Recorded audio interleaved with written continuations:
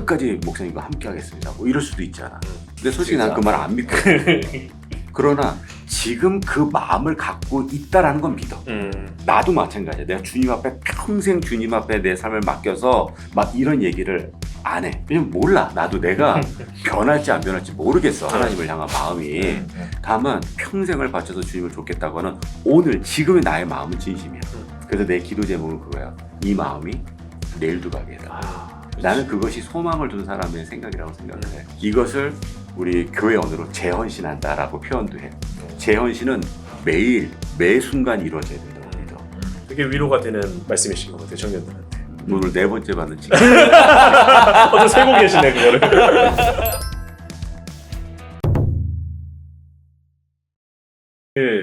굉장히 많은 청년들이 교회에서 하는 고민인데요.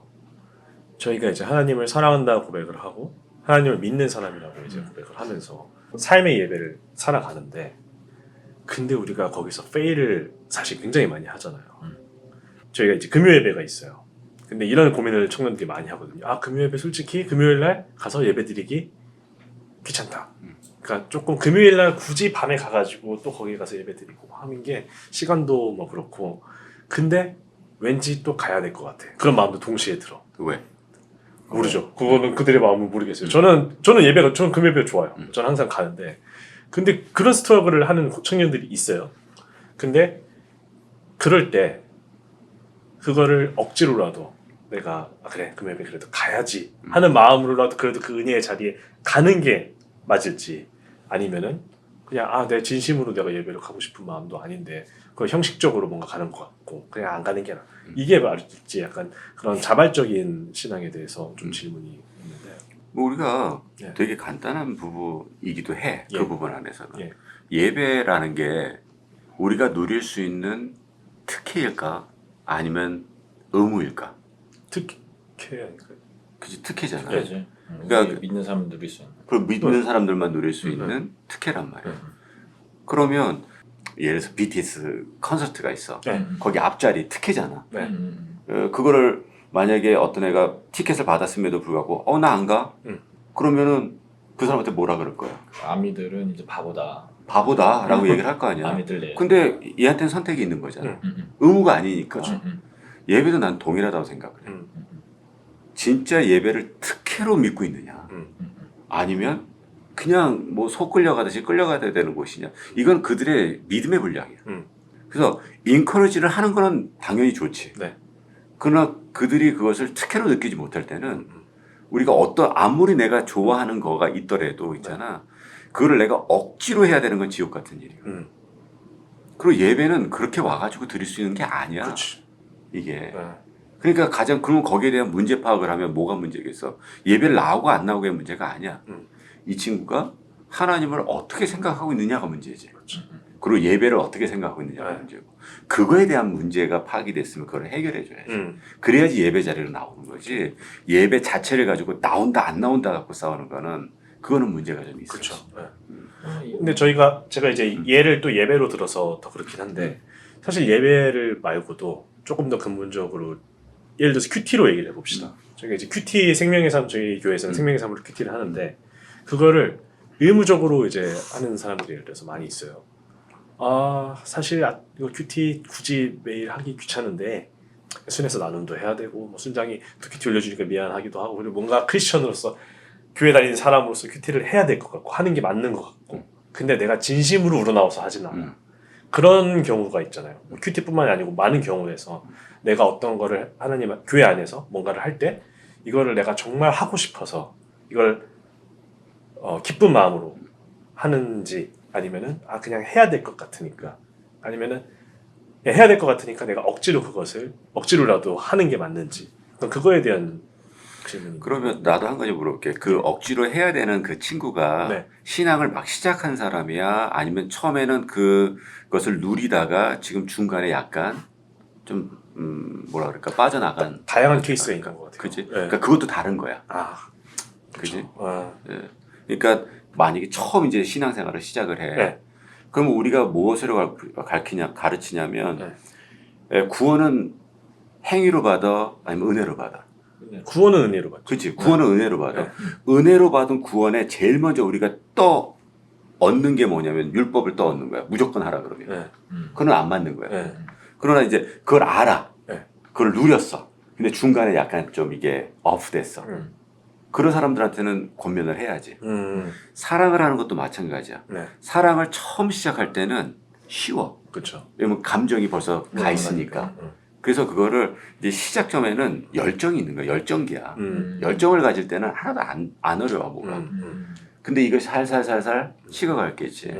권태기. 그래서 우리가 흔히 얘기하는 이제 권태기 있잖아. 네. 이때는 노력을 해야 돼, 안 해야 돼? 해야죠. 노력을 해야 되는 거야. 그러니까 똑같아, 신앙도 마찬가지다. 처음에 큐티를 할 때는 너무 기뻐. 하나님 만났고 내가 하려면 너무 좋은데 점점 가면서 이걸 왜 해야 되나 뭐 등등 여러 가지 생각이 있을 때는 어떻게 돼? 조금 노력을 해야 되겠지. 약간의 그거는 뭐냐면 의무라고 표현하기보다는 나는 뭐냐면 좋은 태도와 습관을 기르는 훈련이라고 생각을 해. 그거를. 그러니까 그거를 뭐 맛본 사람에게는 그 훈련이 좀 필요하고 처음 신앙생활을 사람한테는 그것을 얹으면 안 돼. 먼저 하나님하고 왜냐면 내가 사랑을 시작을 하면은 그 열정기에는 그런 것들이 그렇게 어렵지 않거든. 그렇죠. 그러니까 이제 그런 시기점과 사람들의 어떤 그 스테레스를 좀 잘 보고 인도하는 것이 리더로서 굉장히 지혜롭지. 그러면은 쉽게 얘기해서 그런 신앙이 비유하신 대로 신앙의 권태기가 왔을 때, 믿음의 권태기가 왔을 때 조금 내가 마음은 그렇게 100% 우러나오진 않으나 그래도 노력으로 그거를 하려고 하는 거에 있어서 그렇게 큰 죄책감은 가지지 않아도 그럼 거네. 그건 너무 당연한 네, 거야. 네. 그런 죄책감을 가지는 좀 스스로를 좀 이렇게 죄책감을 가지는 청년들이 있거든. 그렇지 않아. 그것도 넘어가면 다시 또 회복돼. 근데 그것을 안 하게 되면 굉장히 멀리 돌아와야 돼. 그 자리에 있는 거 굉장히 그쵸. 중요해. 은혜의 자리에는 그래도 있으려고 노력을 해야 돼. 뭐 은혜의 자리가 됐던 아니면 그냥의 자리가 있던 내가 이제 해왔던 어떤 부분들을 그래서 원래는 어떻게 교육받는 게 좋으냐면 내가 한창 막 좋아서 아까 얘기한 열정기에 막 그때 좋은 습관과 태도를 기르는 게 중요해. 그때. 그래서 권태기가 만약에 온다 그러면 그 시간대 그것을 가지고 좋은 습관으로 좀 이렇게 이어가는 거지. 그러고 나면 다시 회복하는 회복기가 온단 말이야. 근데 대부분 여기서 내가 이러니까 나는 그냥 안 할 거야라고 딱 스탑을 해버리면 굉장히 오래 돌아가야 돼. 그러니까 우리 왜 자전거 탈 때도 그렇다. 자전거를 잘 타는 사람들은 이렇게 타다가 있잖아. 쉴 때 계속 타면서 쉬어. 좀 템포를 조절해서. 근데 막상 딱 쉬어버리잖아. 다시 시작하려면 엉덩이도 아프고 너무 힘들어.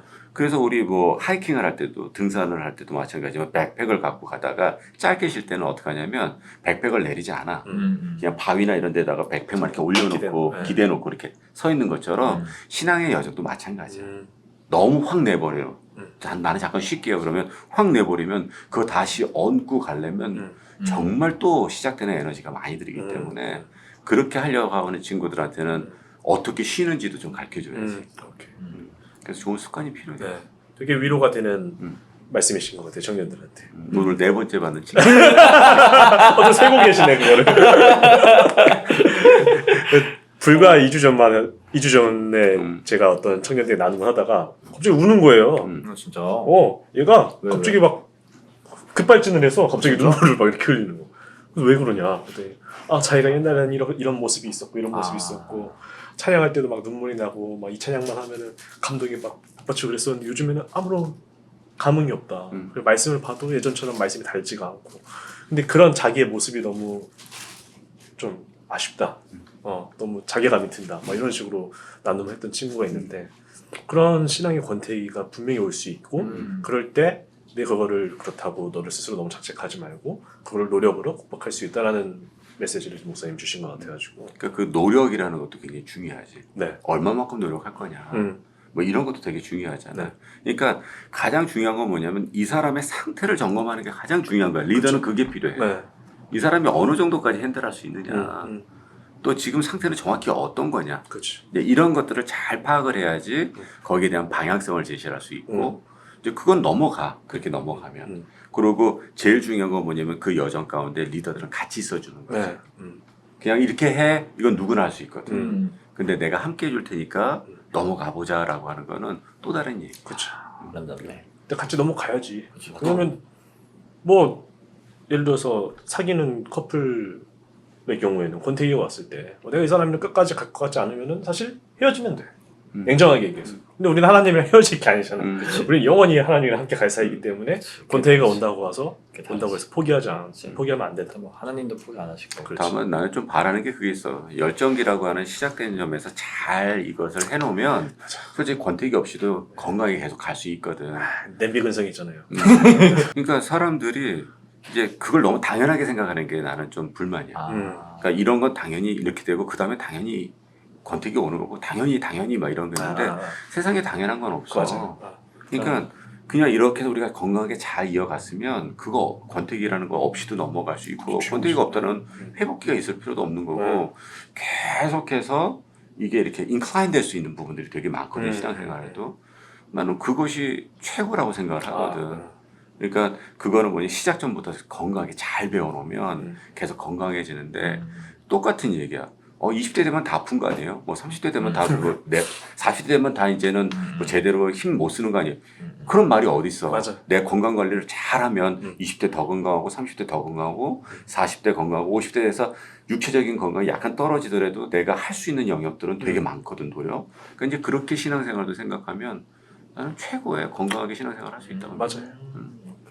그러니까 이것도 밸런스에 대한 문제인 것 같은데 교회에서 엄청 막 열심히 이제 사역하고 섬기고 방금 말한 것처럼 서로 격려해 주는데 밖에서 나가서는 그런 그냥 일만 하는 그러니까 교회에서는 그렇게 하지만 본인 일터에서 일만 하고 그런 예를 들어 복음 전도나 이런 거 신경 안 쓰고 반대로는 밖에서는 복음 전도만 열심히 하는데 교회에서는 그냥 아무것도 안 해. 이 둘 중에 각 문제점이 무엇이 될 수도 있고 밸런스를 어떻게 잡아야지 이런 좋은 이제 신앙생활을 할 수 있는지 종합적으로 이야기를 하자면 우리가 하나님을 사랑해. 네. 그리스도인들은 거기서부터 시작되는 거잖아. 그지? 성경은 뭐라고 얘기를 하냐면 하나님을 사랑해. 그럼 똑같이 내 이웃을 내 몸처럼 사랑하는 거야. 이거는 룰이야. 그냥 하나님께 주신 가장 큰 계명이라고 얘기를 해주는 거니까. 그치? 마태복음에서 나왔던 얘기들이잖아. 하나님을 사랑해 이와 같이 내 이웃을 내 몸처럼 사랑하는 건데 여기에서 이야기는 내 몸이라는 건 두 가지가 있어. 하나는 나 개인적인 게 있고 또 다른 건 뭐냐면 교회 공동체라고 하는 몸이 있어.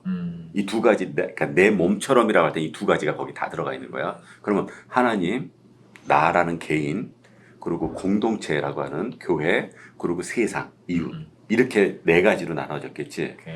자, 하나님을 사랑하면 그만큼 나를 사랑할 수밖에 없어. 왜냐하면 내 이웃을 내 몸처럼 사랑한다 그랬으니까 나와 내 교회 공동체를 사랑하는 것만큼 세상이라고 하는 이웃을 사랑할 수밖에 없는 거야. 그러면 자, 하나님 사랑해, 나를 사랑해, 공동체를 사랑해, 그럼 섬김이 있어 없어? 있죠. 있지. 네. 그만큼 세상에 나아가서 세상을 사랑하는데 세상을 사랑하는 방법이 무엇이냐면 하나님을 소개하는 일이야. 그럼 하나님을 소개하겠지. 오케이. 이거에서 단 하나도 빠지는 게 없어. 그렇지. 근데 어떤 사람은 세상에 나가서 복음만 전해. 근데 교회 공동체에서는 일을 안 해. 섬김이 없어. 이 사람은 교회 공동체는 섬김은 있어. 그러나 세상에 나가서는 복음 전도를 안 해. 말이 돼, 안 돼? 안 되는 거야. 그러면 처음에 이 진짜 정말 진정된 사랑부터 점검을 해봐야 되는. 하나님을 진짜 사랑하면 나라는 사람을 사랑하지 않을 수가 없어. 왜냐면 나를 피값으로 사셨잖아. 그 피값으로 산 공동체들이 모여 있잖아. 그게 교회잖아. 맞아. 근데 어떻게 안 섬길 수 있어? 그렇게 맛을 봤는데 우리가 복음의 빚진 자잖아. 그렇지. 사랑의 빚진 자잖아. 그거 갚아야 돼, 안 갚아야 돼? 빚진 자. 갚기 위해서 하는 일이 뭐야? 복음을 전하는 거야. 이걸 안 한다? 그러면 첫 단계부터 문제가 있을 수도 있다라는 거지. 오케이. 그럼 또 좀 더 어드밴스하게 나아가서 다 되는데 세상에서 전하는 거는 선교할 때만 하는 사람들. 그것도 자기 직장에서는 그거는 이제 선교의 개념이 잘못된 거지. 오케이. 예. 자, 어떻게 된? 예루살렘, 예. 유대, 사마리아, 땅끝까지 나의 증인이 되라 그랬잖아. 네. 예루살렘이 어디야? 우리가 아는 그 이스라엘 수도 예루살렘? 가장. 그때 시대 때 예루살렘이라는 얘기는 뭐냐면 내가 서 있는 그 곳이란 말이야. 그곳에서 유대, 사마리아, 땅끝 이렇게 되는 거거든. 그렇죠. 내가 서 있는 자리가 어디야? 나 같으면은 뭐 애나하임. 네. 자네들 같은 경우는 LA. 그렇죠. 내가 서 있는 그 땅에서부터 복음은 전해져서 유대, 사마리아 땅 끝. 그러니까 오버시까지.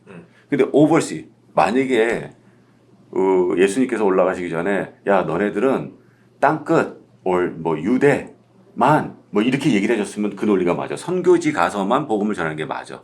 근데 내가 서 있는 땅서부터 시작이라면 내가 서 있는 직장, 우리 동네, 학교부터 시작돼서 어디까지? 세상 땅 끝까지 전해야 된다 그러면 오버시에만 가가지고 복음을 전한다라는 건 말이 안 돼요. 그러면 저도 뭔가 언젠가부터 불편하고 뭔가 좀 퀘션이 든 게 어디 항상 어느 곳에 가든 리더십 회의를 하면 해외 선교에 대한 회의는 엄청 많이 해요.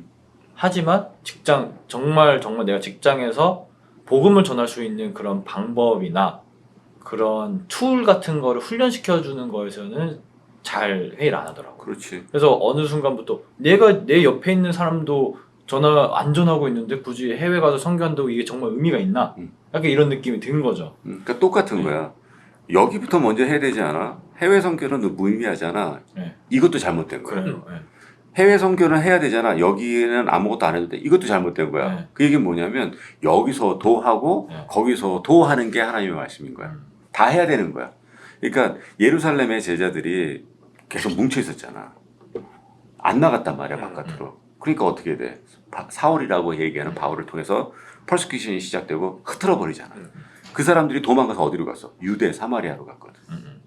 그러니까 뭐냐? 왜 그 사람들이 여기 모여 있었냐면 여기에 복음이 다 안 끝난 거야. 그러니까 여기 복음이 안 끝나니까 어떻게 해? 못 나가는 거였거든. 그 얘기가 아니었단 말이야. 예루살렘부터 시작을 해서 계속 나가라는 거야. 그러니까 우리도 마찬가지로 균형 있게. 그러니까 우리가 특별히 왜 선교팀들 갈 때 특별히 뭐 준비해서 간다 그러잖아. 나는 거기도 동의할 수는 없어. 여기서 지금 우리가 하고 있는 일을 장소만 바꿔서 하는 거야. 그 개념이 중요하네요. 그 개념이 중요한 거야. 여기서도 하고 있고 거기 가서도 그거 해야지. 여기서 안 하고 있으니까 거기 가려고 특별히 뭘 준비하는 거야. 물론 여기 가서 특별히 준비한다는 건 그들의 문화도 좀 공부를 해야 그쵸, 되고 그쵸. 뭐 등등 여러 가지가 있지. 그쵸. 여기 문화권은 우리가 아는 거니까 복음에 대한 부분만 우리가 알면 된다고 한다면 그쪽에 가서는 어떻게 해야 돼? 그들의 문화권과 사람과 이런 것들을 좀 공부해야 되니까 준비를 해야 되겠지. 네. 근데 그 얘기도 또 거꾸로 와보면 네. 여기서 만나는 사람들도 우리가 얼마나 다양해. 사람에 대한 공부와 문화에 대한 공부는 여기서나 거기서나 끊임없이 해야 되는 거예요. 멈췄으면 안 돼. 오케이. 중요한 약간 스트럭처네요. 칭찬하네요. 너지 뭐. 오케이. 나는 해외 선교를 자주 가는 사람으로서 네. 조금 그냥 조용히 듣고 있었어. 아 그래요? 네. 하여튼 그렇습니다. 왜냐면 오케이. 그러면 근데 해외 선교도 나는 중요하다 생각해. 중요하죠. 아까 목사님 말씀대로 어. 해외 선교만큼 이거 이렇게 동시 밸런스. 그렇지. 매우 중요해. 왜냐하면 근데, 이곳에 우리가 이제 하는 이유가 뭐냐면 여기는 이제 교회들이 참 많아. 그치. 쉽게 말하면 복음 전도자들이 맞아. 많아야 돼. 많은지는 Supposed 모르지만 to be 많아야 많아야 돼. 돼. supposed to be 많아야 돼. 이제 해외 선교는 그만큼의 여러 가지. 비율이 없기 때문에 경원님 말대로 열악하잖아. 그러니까 아무래도 우리가 이쪽에다 힘을 실는 거는 사실이지만 우리가 중요한 건 뭐냐면 늘 균형이야 신앙생활. 맞아. 저는 그냥 옛날에 어렸을 때 이제 고등학교 때 정말 하나님의 사랑을 뜨겁게 느꼈을 때 가장 먼저 든 게 그냥 무지했죠. 그냥 무조건 난 해외 가서 선교하겠다. 나 뭐 대학교 안 가도 되고 아프리카나 어디 가나 그냥 거기서 선교하겠다 했는데 어느 순간부터 딱 생각해. 뭔가 이게 뭔가 안 맞아. 뭔가 불편해요. 굳이 내가 왜 거길 가야지만 선교하는가 이런 고민이 들면서 결국 이런 질문까지 또 온 것 같아요. 그래서 진짜 어떠한 마음가짐으로 선교 나가야 되는 거고 선교에 대한 정의가 또 뭔지 오늘 좀 배웠던 것 같아서 네. 그러니까 양쪽 다 똑같아. 여기서 우리가 교회를 하면 목회자, 그쪽에 가면 선교사 이렇게 보통 얘기를 하잖아. 네. 근데 나는 이게 큰 의미가 없어. 여기서도 선교사로서 살아가는 거고 그쪽에서도 목회자로서 살아가는 거기 때문에 그 어떤 네이밍에 대한 부분은 큰 의미가 없는 것 같고 가장 중요한 건 이곳 저곳 우리가 발닿는 아니면 우리가 만나는 누구가 됐던 어느 곳이 됐던 우리가 복음을 전하는 것은 팩트라는 얘기였어. 그게 가장 중요한 거 같아요. 그게 오케이. 그것만 집중하면 뭐 이런 미스컨셉션은 없겠네요. 그럼 오케이. 그것만 집중하면 그것만 돼. 저는 집중을 해야겠다. 그러니까 우리가 왜 그런 얘기하잖아. 전도는 국내에서 하는 거고 선교는 해외에서 하는 거다. 이런 정의 자체가 잘못된 거지. 오케이. 그러니까 모든 게 다 전도일 수 있고 모든 게 다 선교일 수 있는 거지. 각 세대마다 주어진 챌린지가 다르잖아요. 그래서 항상 원하는 거는 저도 윗세대한테는 이미 윗세대가 컴플릿한 챌린지를 저희가 좀 도움을 받아서 그냥 쉽게 가되 저희는 이제 뉴 챌린지를 겪어야 되는 이제 세대고 밑에 세대는 또 똑같이. 그래서 이제 목사님은 그래도 좀 많은 세대들을 위에서도 보고 밑에서도 보고 지금도 살아 계시는데 지금 이제 최근에 코로나도 터지고 이제 많은 이제 미디어 노출도 많이 되고 그러니까 다르잖아요. 10년 전에 유혹거리와 지금의 유혹거리 너무 이지 액세스잖아요. 그런 것들 포함해서 목사님 보셨을 때 이제 저희가 겪게 될 것 같은 그런 어려움들이 무엇이 될 수 있을 거며 그런 어려움들을 저희가 어떻게 지혜롭게 어떤 마음을 가짐으로 더 굳건히 설실 수 있을지 뭔가 저희 세대뿐만 아니라 그 밑세대들한테 이것만 조금 지킬 수 있고 생각하면 어떤 어려움이 와도 크게 무너지지 않을 수 있다. 이게 뭐가 있을까요? 나는 늘 본질에 대한 부분들을 고민하는 사람이니까 네. 나는 젊은 세대들이 본질에 대한 고민들을 많이 해줬으면 좋겠어. 네. 왜냐면 미래라고 이야기를 할 때는 솔직히 나도 몰라. 왜냐면 우리는 내가 나이가 자네들보다 많지만 나는 과거를 많이 자네들보다 산 거지 미래를 더 살아본 사람은 아니잖아. 그러니까 오늘을 기준점으로 본다 그러면 자네들이나 나나 똑같은 선상에 서 있어. 그래서 내가 미래에 대한 아는 척을 한다는 거는 되게 위험한 거야. 그지? 나는 과거를 더 오래 살았지. 그렇죠. 네. 근데 우리가 얘기하는 것처럼 내가 조금이나마 그래도 자네들하고 이야기할 수 있었던 것은 무엇이냐면 과거라는 것은 우리가 머무는 곳이 아니라 배우는 곳이라고 하는 것처럼 과거를 통해서 배워온 것을 가지고 지금 이제 오늘도 살아가거든. 나는 본질에 대한 고민이라는 게 뭐냐면 나는 사람에 대한 고민이라고 생각을 해.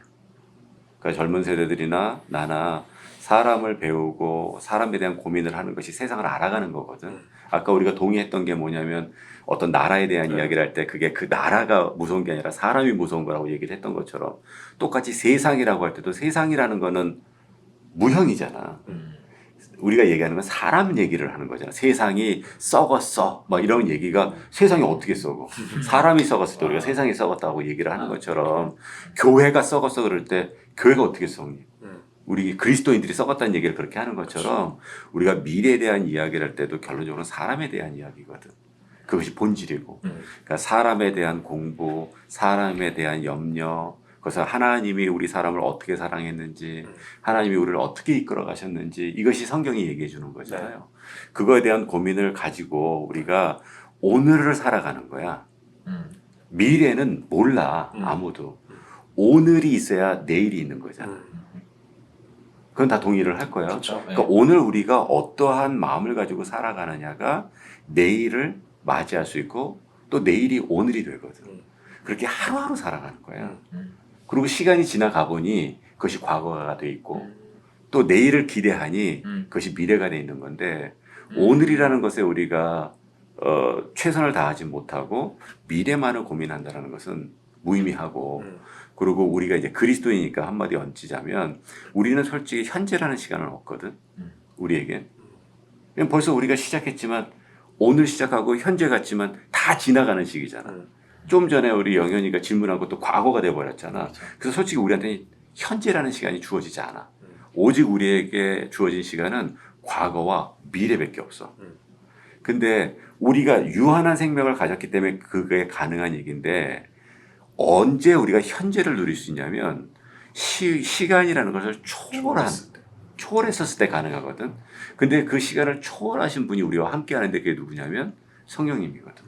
성령님은 과거에도 현재에도 미래에도 계시는 분이기 때문에 그분이 우리와 함께 할 때 우리는 현재라는 걸 볼 수 있어요. 그렇지 않고 우리 스스로는 오직 과거와 미래밖에 존재하지가 않아. 지금 내가 성령 이렇게 얘기를 할 때도 벌써 그거는 과거가 돼버린 거기 때문에 그래요. 그지? 그래서 우리가 성령님과 함께 한다는 것은 이 현재를 볼 수 있는 능력인 거야. 그 현재를 우리가 살아가고 그 현재는 우리가 좀 시간으로 보면 오늘을 살아가는 사람들. 오늘을 살아가는 것이 내 미래의 거울이야. 그래서 오늘 정말 우리가 할 수 있는 최소한 최대 미루지 말고 그리고 우리가 최선을 다해서 살아갈 때 나는 그것이 뭐 젊은 세대가 됐던 뭐 코빗이 됐던 뭐가 됐던 그게 중요한 게 아니야. 그건 다 핑계거리야. 오늘 내가 그럼에도 불구하고 우리가 오늘을 어떻게 살아갈 것인지가 고민하고 사람에 대한 고민을 많이 하고 그 사람들과 더불어 살아가는 세상을 어떻게 하면 조금 더 나은 세상을 만들까를 고민하는 것이 나는 가장 중요한 이 시대의 모든 세대의 숙제라고 생각을 합니다. 맞습니다. 저희가 항상 말할 때 미래에는 미래 소망을 두고 살아가라. 그럼 이 정확한 이 소망에 대한 그 definition 이게 어떻게 될까요? 그러니까 우리가 소망을 두고 살아가는 것은 꿈꾸라는 얘기인 거잖아. 간단히 얘기를 하면. 근데 그 꿈이라는 게 오늘이 없는 전제는 꿈이라는 게 없잖아요. 그게. 그러니까 계획을 짜는 것도 좋고 꿈을 갖고 있는 것도 좋고 비전을 세우는 것도 좋고 다 좋아. 다 좋은데 나는 이렇게 생각을 해. 어떤 사람이 와서 만약에 경원이 와서 목사님 제가 정말 끝까지 목사님과 함께 하겠습니다. 뭐 이럴 수도 있잖아. 저는 앞으로 막 이런 거. 근데 솔직히 난 그 말 안 믿거든. 솔직히 안 믿어. 그러나 지금 그 마음을 갖고 있다라는 건 믿어. 나도 마찬가지야. 내가 주님 앞에 평생 주님 앞에 내 삶을 맡겨서 막 이런 얘기를 안 해. 왜냐면 몰라. 나도 내가 변할지 안 변할지 모르겠어. 하나님을 향한 마음이. 근데 나도 모르는 내가 평생을 하나님 앞에 나를 맡기겠습니다라는 고백이 맞겠냐고. 다만 지금 내가 하나님에게 내 온 삶을 그리고 평생을 바쳐서 주님을 좇겠다고 하는 오늘 지금의 나의 마음은 진심이야. 그래서 내 기도 제목은 그거야. 이 마음이 내일도 가게 해라. 내일이 되면 똑같은 기도를 하겠지. 이 마음이 내일. 나는 그것이 소망을 둔 사람의 생각이라고 생각을 해. 그러니까 소망을 두고 평생 내가 가고 싶다고 하는 오늘은 맞는데 이 마음이 내일. 이것을 우리 교회 언어로 재헌신한다라고 표현도 해. 재헌신은 매일 매 순간 이루어져야 된다고 믿어. 그렇지 않고 재헌신과 이런 부분을 논할 수는 없어. 그렇지. 맞아요. 아니 오늘 솔직히 내가 1시간 후에 내가 어떻게 변할지 모르는 놈이 평생을 주님 앞에 서원한다. 나는 자신 없는 것 같아요. 맞아요. 다른 분들은 모르겠으나 최소한 나는 자신 없어요.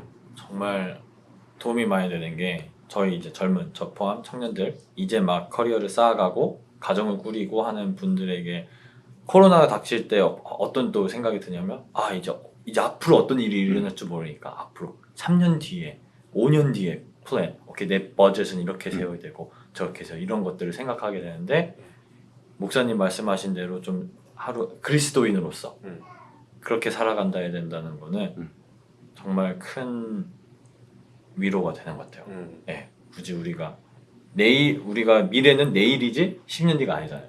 그래. 그러니까 그래서 오늘에 집중해서 살아. 오늘이 그래서 성경에서도 죽이잖아. 오늘의 고민은 오늘 하고 내일 고민은 내일 해. 내일 일은 난 몰라요. 찬양이 있어. 그러니까 되게 재밌는 게 그거야. 오늘 일은 오늘 고민해. 그리고 내가 원했던 어쩌면 하나님의 말씀은 오늘 고민해. 내일 문제는 내가 해결해 줄게. 이걸 내가 원했었을 수도 있어. 그치, 어렸을 때. 맞아. 예. 근데 오늘 고민해. 내일 또 고민거리 있을 거야. 그건 내일 고민해. 이거거든 말씀은. 그러니까 우리는 고민이 없는 날이 없다는 거야. 그러니까 오늘만 살아가는 거야. 저렇게. 나는 우리 모두가 그렇게 살아갔으면 너무 좋겠다. 라는 생각을 너무 합니다. 좋아요. 딱 좋은 말씀이신 것 같아요. 참 잘했습니다, 목사님. 고맙다, 야. 너 오늘 여러 번 칭찬받았어. 어때요? 오늘 이제 마무리할 건데 이렇게 이런 시간 목사님 어떠셨어요? 나 너무 좋고 또 오랜만에 이렇게 만나서 이야기하는 것 같아서 그것도 굉장히 좋은 것 같고 맞아요. 또 기회 있으면 또 만나서 더 진짜요? 좋은 얘기들 많이 나눠보자. 그럼 후회하지 않겠어요? 2차 가야지. 오늘 이렇게 여러 질문들 저희가 이렇게 드렸는데 정말 아까도 얘기했지만 개떡같이 질문해서 찰떡같이 대답해 주신 목사님께 다시 한번 참 잘했어요. 감사드리고 네, 감사합니다. 저희 오늘 이런 질문들 중에 몇 개라도 진짜 이 영상을 보는 청년들 또 살아가는 크리스천들이 또 공감하고 또 뭔가라도 느끼고 또 질문 있으면 댓글로 네, 질문 있으면 댓글로 남겨주시면 네. 저희 목사님께서 직접 아마 댓글을 네. 달아주실지는 모르겠지만 개떡같이 질문하셔도 네, 많은 분들에게 도움이 되셨으면 좋겠습니다. 네. 목사님 오늘 너무 감사합니다. 나도 감사합니다. 예, 예. 예. 아유, 수고하셨습니다.